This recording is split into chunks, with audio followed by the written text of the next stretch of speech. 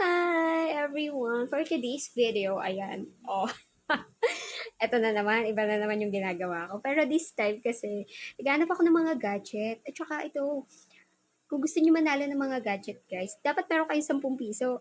Di ba? 10 piso lang, pwede na kayong manalo ng mga gadget, iba't ibang gadget.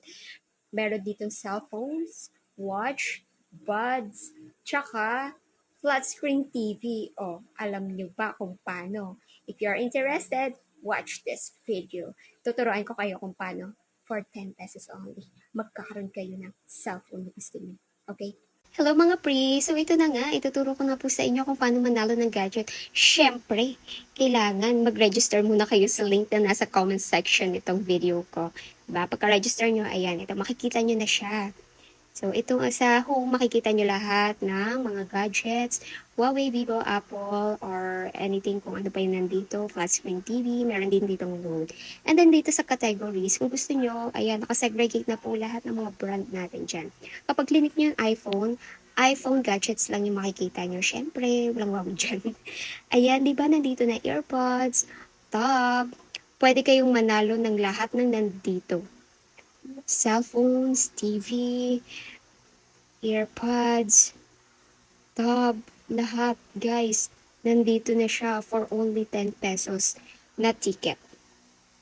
Siyempre, ayan, ito yung mga Vivo gadgets.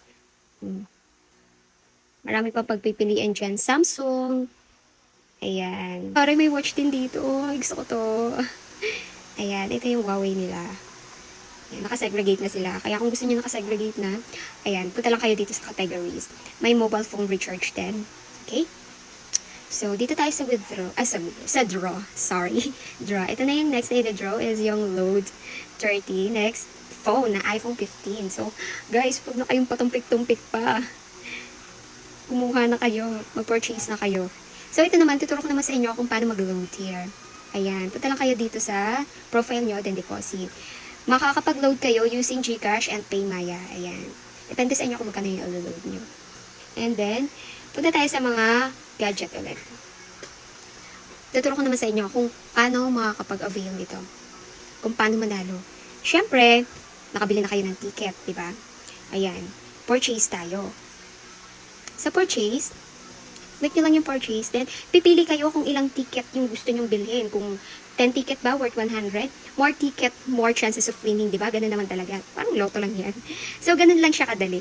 Kaya kung ako sa inyo, go na. Huwag na kayong patumpik-tumpik pa. Click the link below and register na po kayo. So, that's it. Bye-bye!